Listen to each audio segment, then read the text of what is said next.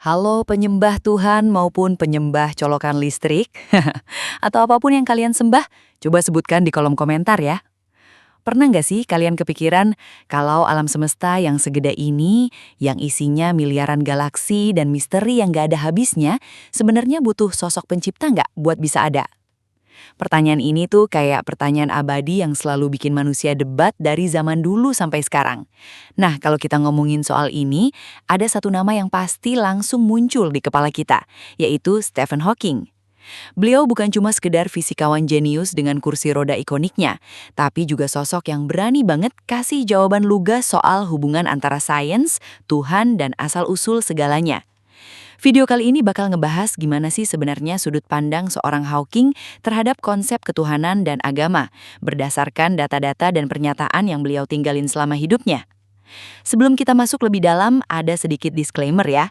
Pembahasan ini murni edukasi untuk membedah pemikiran seorang tokoh dunia dari kacamata sains dan logika yang beliau anut. Kita nggak ada maksud buat menyinggung keyakinan siapapun, karena di sini kita cuma mau melihat bagaimana satu pemikiran besar bekerja dalam memandang alam semesta. Jadi, mari kita bahas pelan-pelan tanpa perlu merasa tersinggung ya. Stephen Hawking itu sebenarnya dibesarkan di lingkungan yang cukup unik. Meskipun keluarganya nggak terlalu religius yang kaku banget, tapi konteks zamannya masih sangat kental dengan pengaruh agama. Menariknya di awal kariernya, Hawking nggak langsung teriak kalau dia itu ateis.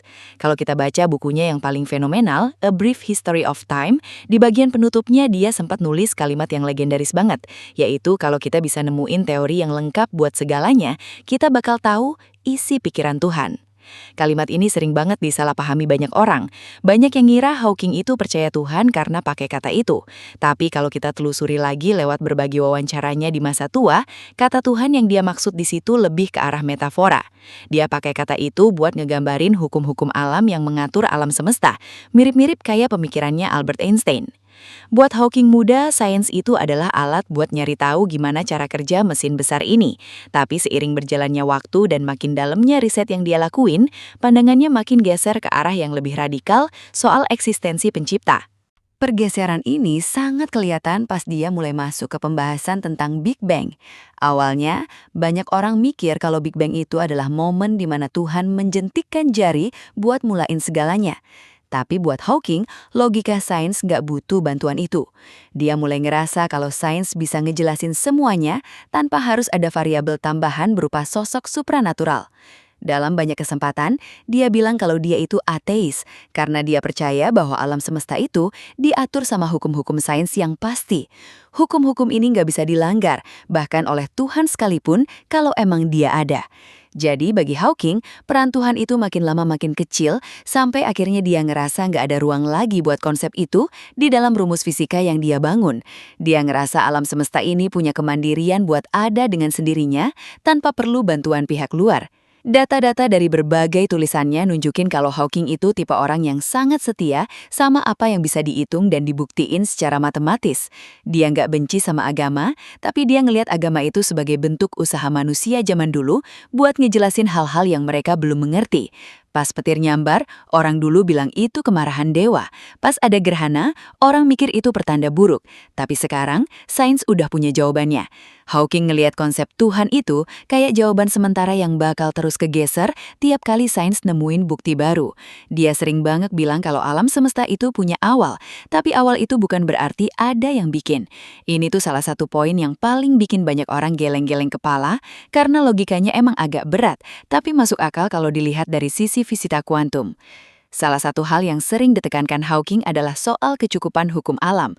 Dia ngerasa kalau gravitasi aja udah cukup buat bikin alam semesta ini muncul dari ketiadaan. Pemikiran ini yang bikin dia makin yakin kalau nggak perlu ada sosok yang nyalain lampu di awal mula waktu. Dia ngelihat diri kita ini cuma sekedar spesies monyet yang agak pintar di planet yang nggak terlalu spesial. Tapi kita punya kelebihan buat bisa memahami bahasa alam semesta lewat matematika. Jadi, daripada nyari jawaban di luar sana yang sifatnya gaib, Hawking lebih milih buat ngulik apa yang ada di depan mata lewat observasi. Bagi dia, keajaiban itu bukan datang dari mujizat, tapi dari gimana kerennya hukum alam bisa ngebentuk struktur yang rumit kayak manusia cuma dari partikel-partikel kecil. Pandangan Hawking soal ketuhanan ini juga erat banget kaitannya sama kondisi fisiknya. Dia pernah bilang kalau dia nggak punya alasan buat percaya sama Tuhan yang peduli sama urusan pribadi manusia. Dengan penyakit ALS yang dia derita sejak muda, dia punya banyak waktu buat mikir tentang eksistensi. Dia nggak ngerasa dikutuk atau dihukum, dia cuma ngerasa itu adalah bagian dari variasi biologis yang diatur sama hukum alam yang kadang emang kerasa random. Ketabahan dia buat tetap berkarya tanpa nyari pelarian ke hal-hal mistis itu sebenarnya bentuk dari kejujuran intelektualnya dia. Dia mau nerima kenyataan pahit tanpa harus ngehias itu pakai narasi agama supaya kerasa lebih manis. Sikap ini yang bikin dia jadi figur yang sangat dihormati di kalangan komunitas sekuler dan ateis di seluruh dunia. Masuk lebih dalam ke pemikiran Hawking yang lebih matang, ada satu buku yang benar-benar jadi titik balik cara dunia melihat pandangan dia, yaitu The Grand Design yang dia tulis bareng Leonard Mlodinow. Di buku ini, Hawking nggak lagi pakai bahasa kiasan atau metafora yang ambigu. Dia secara blak-blakan bilang kalau alam semesta itu nggak butuh Tuhan buat bisa tercipta. Ini poin yang penting banget, karena Hawking ngenalin konsep yang namanya spontaneous creation atau penciptaan spontan. Menurut data dan teori yang dia kembangin, karena ada hukum alam yang namanya gravitasi, alam semesta bisa dan akan menciptakan dirinya sendiri dari ketiadaan. Buat orang awam, ini mungkin kedengeran kayak sihir, tapi buat Hawking, ini adalah konsekuensi logis dari fisika kuantum. Dia ngejelasin kalau energi positif dari materi itu diseimbangin sama energi negatif dari gravitasi. Jadi total energi di alam semesta itu sebenarnya nol. Karena totalnya nol, alam semesta nggak butuh input energi dari luar atau dari sosok pencipta buat memulai segalanya. Logika ini tuh ngeruntuhin argumen klasik yang sering kita dengar, yaitu segala sesuatu pasti ada penyebabnya. Hawking nantang ide itu dengan bilang kalau di level subatomik atau kuantum, hal-hal bisa terjadi secara acak dan tanpa sebab yang jelas. Nah, pas Big Bang terjadi, ukuran alam semesta itu kan sangat amat kecil, jauh lebih kecil dari atom. Jadi, hukum kuantumlah yang berlaku. Di titik ini, Hawking ngenalin ide yang sangat revolusioner tentang waktu. Dia bilang, pertanyaan soal apa yang terjadi sebelum Big Bang itu sebenarnya pertanyaan yang nggak masuk akal. Kenapa? Karena menurut teori relativitas umum, waktu itu nyatu sama ruang. Jadi, pas Big Bang baru mau mulai, waktu itu sendiri belum ada. Dia sering pakai perumpamaan kutub utara. Kalau kalian berdiri di titik tepat kutub utara, terus ada yang nanya gimana cara pergi ke arah yang lebih utara lagi, kalian nggak bakal bisa jawab, karena nggak ada yang namanya lebih utara dari kutub utara. Sama kayak waktu, nggak ada yang namanya sebelum awal waktu. Kalau nggak ada waktu sebelum alam semesta ada, berarti nggak ada ruang waktu bagi seorang pencipta buat ada dan merencanakan penciptaan itu. Poin ini sebenarnya jadi senjata utama Hawking buat ngejelasin keateisannya. Dia berargumen kalau Tuhan itu biasanya didefinisikan sebagai sosok yang ada sebelum alam semesta dan yang nyebabin alam semesta itu ada. Tapi kalau waktu aja baru muncul barengan sama alam semesta, berarti nggak ada celah waktu buat Tuhan buat beraksi. Secara matematis, bagi Hawking konsep penyebab pertama itu jadi gugur. Ini bukan berarti dia mau menyerang orang beragama, tapi dia cuma mau bilang kalau lewat kacamata fisika, keberadaan Tuhan itu jadi nggak relevan atau superfluous, alias nggak dibutuhin lagi buat ngejelasin gimana semuanya bermulai. Dia ngelihat alam semesta ini kayak mesin yang bisa jalan sendiri, punya instruksi manualnya sendiri dalam bentuk hukum fisika, dan mesin ini nggak butuh operator buat mencet tombol on. Selain soal asal-usul, Hawking juga banyak ngebahas soal fine-tuning atau kenapa alam semesta ini kayaknya udah diatur sedemikian rupa supaya manusia bisa hidup. Banyak orang percaya kalau konstanta alam yang pas banget ini adalah bukti adanya desainer yang jenius. Tapi Hawking punya penjelasan lain lewat M-teori atau teori tentang multiverse. Berdasarkan data-data matematis yang dia pelajari, alam semesta kita ini mungkin cuma satu dari sekian banyak, bahkan tak terhingga banyaknya alam semesta yang ada. Di setiap alam semesta itu, hukum fisikanya beda-beda. Ada yang gravitasinya terlalu kuat jadi langsung hancur, ada yang atomnya nggak bisa terbentuk. Kebetulan aja kita tinggal di alam semesta yang kondisinya pas buat kehidupan. Jadi bagi Hawking, kita nggak spesial karena didesain, tapi kita ada karena kita emang produk dari kemungkinan-kemungkinan yang sangat banyak itu. Ini kayak kita menang lotre, bukan karena bandarnya sayang sama kita, tapi karena ada jutaan tiket yang dipasang, dan salah satunya pasti ada yang menang. Hawking juga sering nyinggung soal realitas yang dia sebut sebagai model dependent realism. Dia berpendapat kalau kita nggak akan pernah tahu kenyataan yang sebenarnya dari alam semesta. Yang kita punya cuma model-model ilmiah yang kita bangun buat ngejelasin apa yang kita lihat.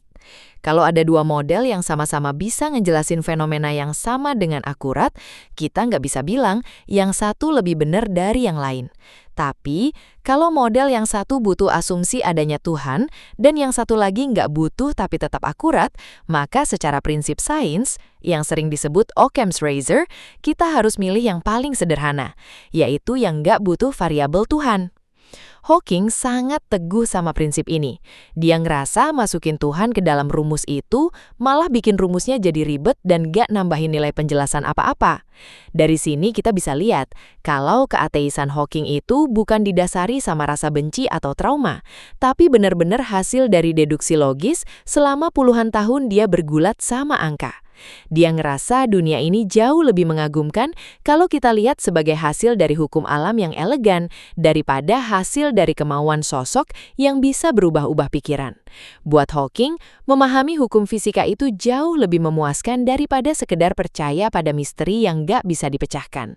Dia pengen manusia itu mandiri secara intelektual, gak terus-terusan bergantung sama jawaban Tuhan yang melakukannya tiap kali kita nemu jalan buntu dalam riset. Baginya, ketidaktahuan itu bukan celah buat masukin agama, tapi undangan buat kita belajar lebih giat lagi. Nah, kalau tadi kita udah bahas soal gimana alam semesta ini dimulai tanpa perlu tangan pencipta, sekarang kita geser sedikit ke pertanyaan yang gak kalah personal. Terus, gimana soal kehidupan setelah mati? Ini kan jualan utama agama ya. Tapi buat Stephen Hawking, jawabannya itu jujur banget.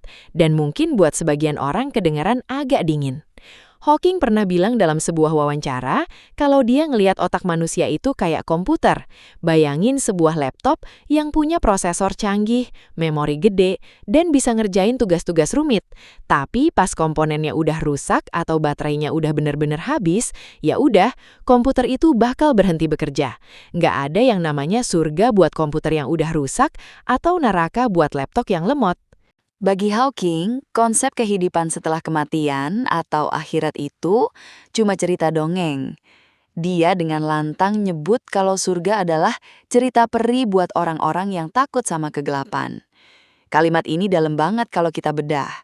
Menurut data pemikiran yang dia sampaikan, manusia itu punya kecenderungan biologis buat ngerasa takut sama ketiadaan.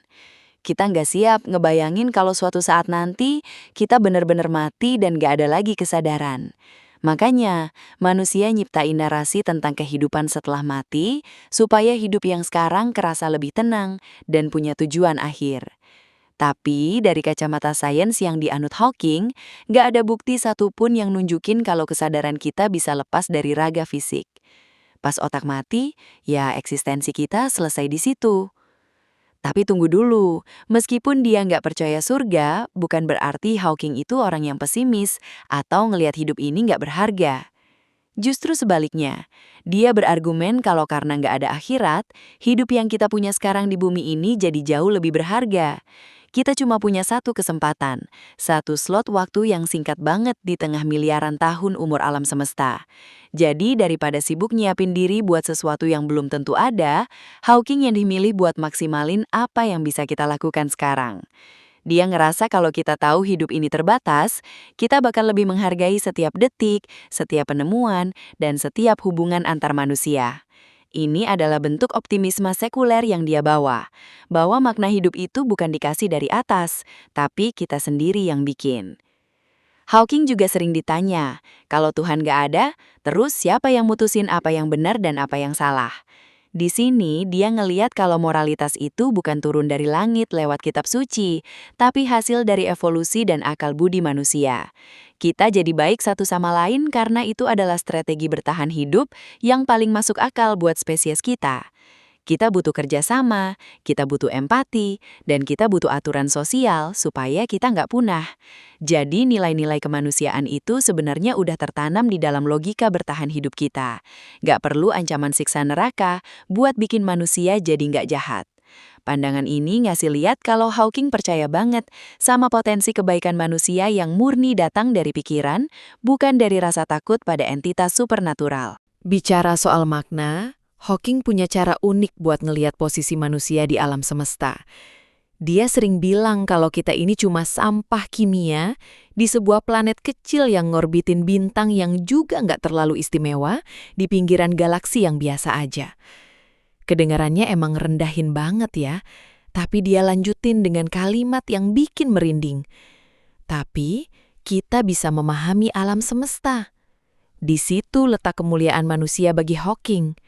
Kita mungkin kecil, kita mungkin gak ada artinya dibandingkan luasnya kosmos.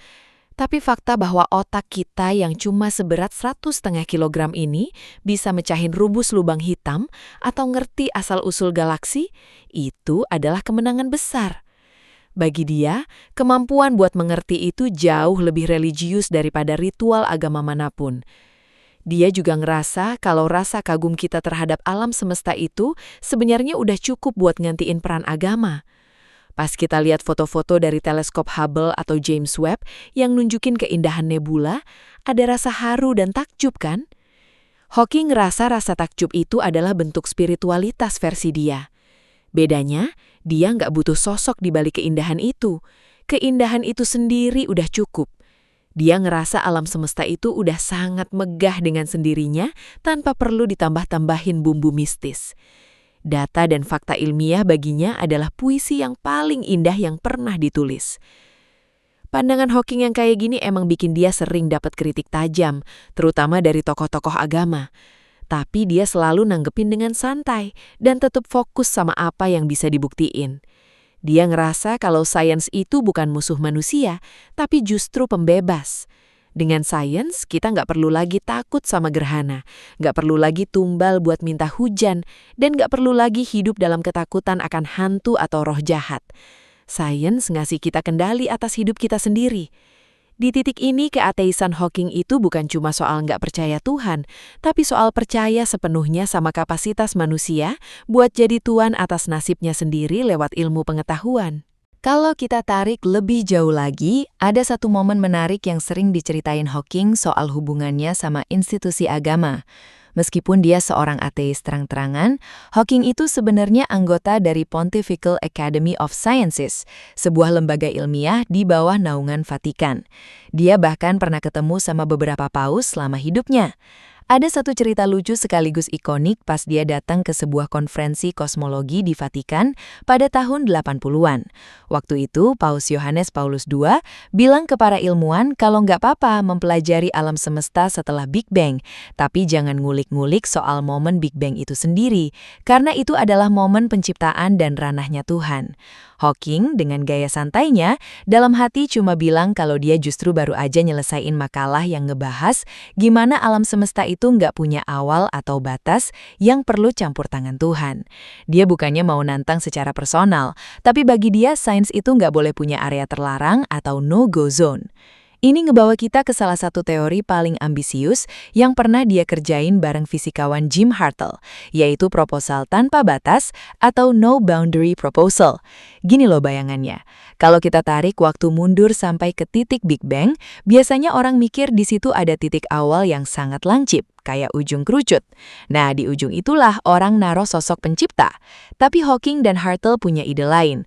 Mereka ngelihat kalau kita pakai mekanika kuantum, waktu di awal alam semesta itu bentuknya nggak kayak ujung kerucut yang tajam, tapi lebih kayak bagian bawah sebuah mangkok atau permukaan bola. Di permukaan bola, nggak ada titik yang bisa kamu sebut sebagai awal. Semuanya mengalir dan menyambung. Kalau alam semesta itu benar-benar nggak punya batas atau tepian di masa lalu, berarti secara otomatis nggak ada momen penciptaan. Dan kalau nggak ada momen penciptaan, ya nggak ada gunanya nyari sosok pencipta.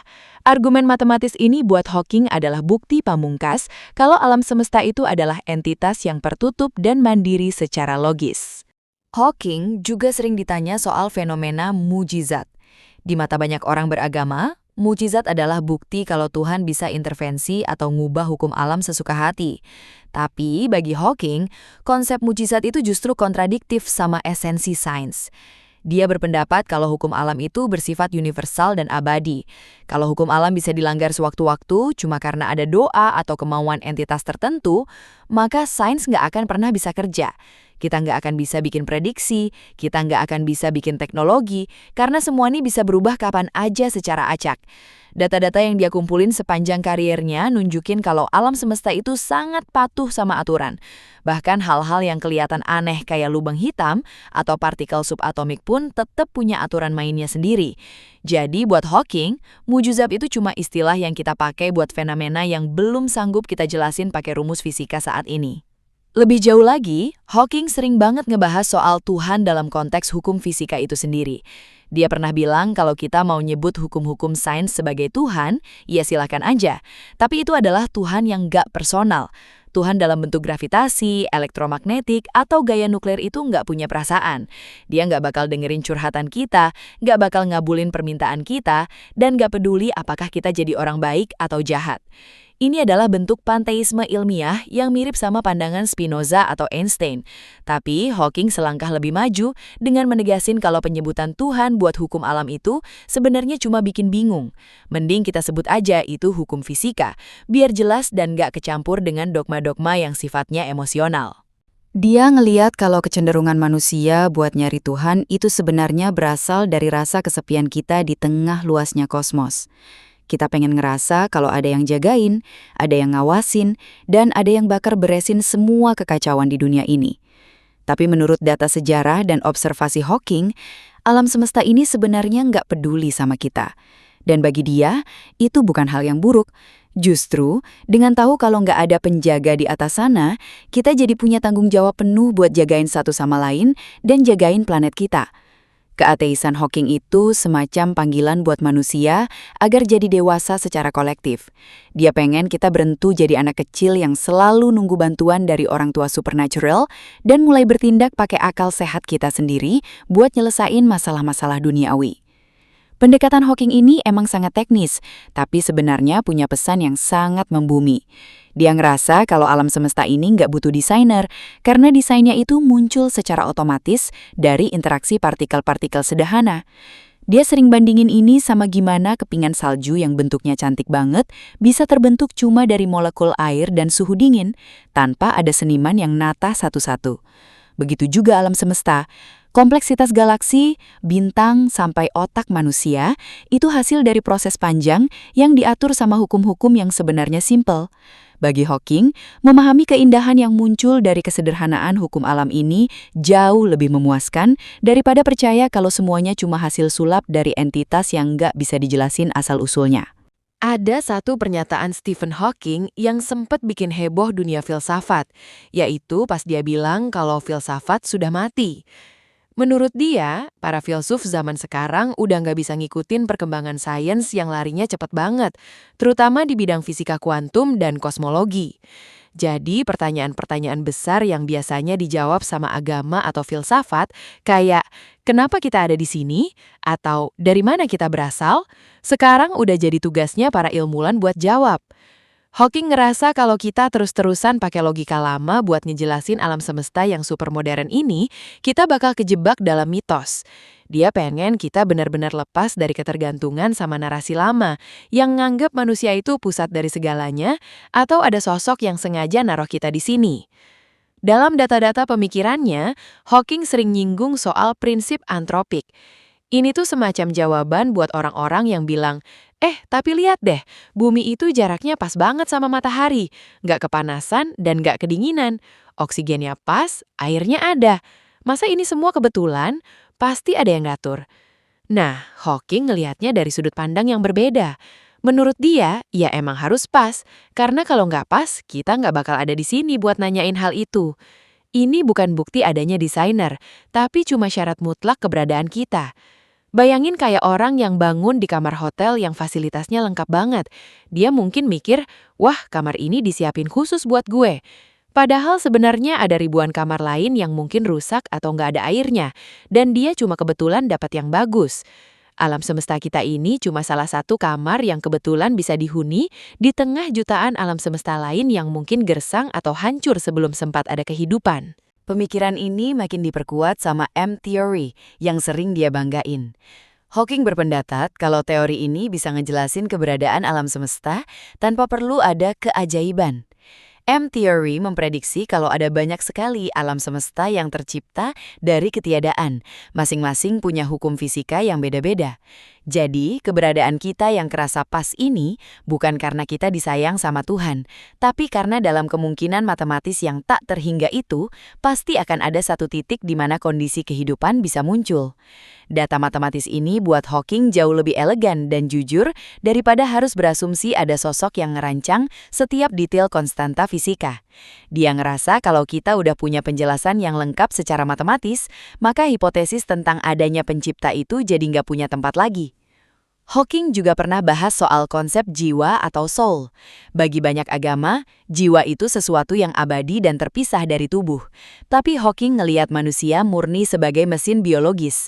Dia berargumen kalau segala perasaan kita, memori kita, bahkan rasa cinta atau takut, itu semuanya cuma reaksi kimia dan transmisi listrik di dalam syaraf otak kita. Pas otaknya mati, ya jiwa itu ikut hilang, karena nggak ada lagi media buat proses itu berjalan. Ini mungkin kedengaran sangat mekanistik, tapi Hawking ngerasa ini justru membebaskan. Kita nggak perlu terbebani sama ekspektasi spiritual yang abstrak. Kita bisa fokus buat memperbaiki kualitas hidup kita sebagai manusia di dunia yang nyata ini. Baginya, memahami bahwa kita adalah sekumpulan atom yang bisa berpikir, itu udah merupakan pencapaian yang luar biasa keren. Nggak butuh tambahan label spiritual lagi. Satu hal lagi yang sering dibahas dalam kumpulan pemikiran Hawking adalah soal determinisme ilmiah. Hawking percaya kalau alam semesta itu berjalan berdasarkan hukum-hukum yang tetap. Kalau kita tahu semua kondisi awal alam semesta dan tahu semua hukum fisikanya, secara teori kita bisa prediksi masa depan dengan akurat. Nah, kalau semuanya udah diatur sama hukum fisika, terus di mana peran Tuhan buat intervensi? Kalau Tuhan nggak bisa intervensi atau nggak mau intervensi karena hukumnya udah sempurna, ya apa bedanya Tuhan sama hukum fisika itu sendiri? Hawking ngerasa kalau kita tetap mau percaya Tuhan itu ada, tapi dia nggak pernah ngelakuin apa-apa dan cuma diem ngeliatin hukum alam kerja, maka konsep Tuhan itu jadi nggak ada gunanya dalam praktek kehidupan sehari-hari maupun dalam riset ilmiah. Pandangan Hawking yang serba logis ini juga ngebawa dia pada kesimpulan kalau manusia itu harusnya berhenti merasa takut sama alam semesta. Banyak agama kan basisnya adalah rasa takut atau rasa hormat yang berlebihan pada kekuatan besar. Hawking justru ngajak kita buat menjinakkan kekuatan besar itu lewat pemahaman. Dia ngerasa kalau kita udah paham cara kerja lubang hitam atau cara kerja evolusi bintang, rasa takut itu bakal berubah jadi rasa kagum yang memberdayakan. Dia pengen kita jadi spesies yang berani, yang nggak lari ke pelukan dogma tiap kali ketemu fenomena yang aneh. Bagi dia, kebenaran pahit dari sains itu jauh lebih baik daripada kenyamanan palsu dari sebuah kepercayaan yang nggak bisa dibuktiin. Sampai di penghujung hidupnya, Stephen Hawking tetap memegang teguh prinsip-prinsip yang sudah dia bangun selama puluhan tahun. Dalam buku terakhirnya yang terbit setelah beliau wafat, yang judulnya Brief Answers to the Big Questions, Hawking memberikan jawaban yang paling tegas dan nggak menyisakan ruang buat keraguan lagi. Di situ dia menulis dengan sangat jelas, tidak ada Tuhan, tidak ada yang mengarahkan alam semesta. Pernyataan ini kayak jadi gong penutup dari semua pencarian intelektualnya. Dia ngerasa kalau setelah mempelajari segala hal tentang lubang hitam, radiasi Hawking dan asal-usul waktu, kesimpulan yang paling jujur secara ilmiah adalah bahwa kita hidup di alam semesta yang impersonal. Bagi Hawking, mengakui ketidakberadaan Tuhan itu bukan sebuah bentuk kesombongan, tapi justru sebuah bentuk kejujuran intelektual yang paling murni. Dia nggak mau menghibur diri dengan janji-janji yang menurut datanya nggak bisa dibuktikan. Hawking juga punya pandangan yang menarik soal masa depan umat manusia di tengah alam semesta yang kosong dari campur tangan ilahi ini. Karena dia nggak percaya ada sosok yang bakal nyelamatin kita kalau kita bikin kesalahan fatal, Hawking jadi sangat vokal soal isu-isu kayak perubahan iklim, pengembangan kecerdasan buatan AI yang nggak terkontrol, sampai risiko perang nuklir. Dia ngerasa kalau kita ini satu-satunya entitas yang bisa mikir dan punya kesadaran di bagian alam semesta ini, maka tanggung jawab buat jaga keberlangsungan hidup itu ada sepenuhnya di tangan kita. Dia nggak percaya bakal ada mujizat yang turun buat ngeberesin masalah yang kita bikin sendiri. Pandangan ateisnya ini justru bikin dia jadi sosok yang sangat peduli sama kelestarian bumi dan kemajuan teknologi yang etis. Dia pengen kita jadi spesies yang mandiri dan dewasa, yang tahu kalau kita cuma punya satu sama lain buat bertahan hidup di tengah dinginnya ruang angkasa. Data dari berbagai ceramahnya juga nunjukin kalau Hawking pengen kita berhenti ngerasa kecil dan gak berdaya. Seringkali agama bikin manusia ngerasa kayak debu yang harus selalu tunduk. Tapi bagi Hawking, meskipun kita secara fisik amang kecil, kapasitas otak kita buat memahami hukum alam itu bikin kita jadi luar biasa. Dia pernah bilang kalau kita semua itu adalah cara alam semesta buat mengenal dirinya sendiri. Jadi daripada nyari makna dari luar, kita harus sadar kalau makna itu terpancar dari dalam diri kita, dari rasa penasaran kita, dan dari keinginan kita buat terus belajar. Keateisan Hawking itu adalah sebuah perayaan terhadap akal budi manusia. Dia ngajak kita buat nggak takut sama pertanyaan-pertanyaan sulit dan nggak cepat puas sama jawaban-jawaban instan yang sifatnya mistis. Kalau kita rangkum semuanya, sosok Stephen Hawking ngasih kita perspektif bahwa sains bukan cuma soal rumus dan angka di papan tulis, tapi juga soal cara kita memandang eksistensi. Dia nunjukin kalau kita bisa kok hidup dengan penuh integritas, penuh rasa takjub, dan punya moralitas yang kuat tanpa harus percaya pada entitas supernatural. Dunianya Hawking adalah dunia yang masuk akal, dunia yang elegan karena keteraturannya, dan dunia yang indah karena kita bisa mempelajarinya. Dia ninggalin warisan pemikiran yang nantang kita buat terus berani berpikir kritis dan gak gampang kemakan dogma. Meskipun dia udah nggak ada, pesan-pesannya soal kebebasan berpikir dan pentingnya sains bakal terus bergema buat generasi-generasi ilmuwan dan pemikir di masa depan. Jadi, itulah gambaran besar gimana seorang Stephen Hawking memandang Tuhan dan agama lewat kacamata sainsnya yang tajam. Dia emang sosok yang kontroversial bagi sebagian orang, tapi nggak bisa dipungkiri kalau argumen-argumennya didasari sama dedikasi yang luar biasa pada kebenaran data. Terlepas dari apakah kalian setuju atau enggak sama pandangan beliau, pemikiran Hawking ngajak kita buat merenung lebih dalam soal posisi kita di alam semesta yang luas ini. Apakah kita butuh pencipta buat merasa berarti, ataukah keberadaan kita di sini sudah merupakan sebuah keajaiban ilmiah yang cukup buat kita syukuri? Semuanya balik lagi ke cara kita masing-masing dalam mencerna informasi dan memahami realitas di sekitar kita. Terima kasih banyak buat kalian yang udah dengerin pembahasan panjang ini dari awal sampai akhir. Semoga naskah ini bisa ngasih wawasan baru dan memicu diskusi yang sehat di kolom komentar. Jangan lupa buat terus dukung konten edukatif kayak gini dengan cara like, share, dan subscribe ke channel kami. Kita bakal terus bahas topik-topik menarik, mulai dari sains, filsafat, sampai isu-isu sosial dari sudut pandang yang mungkin jarang dibahas di tempat lain. Sampai ketemu di video selanjutnya, tetap kritis, tetap penasaran, dan tetap jadi bagian dari kami di Silent Majority. Mari kita terus belajar dan memahami dunia dengan cara yang lebih jernih. Sampai jumpa.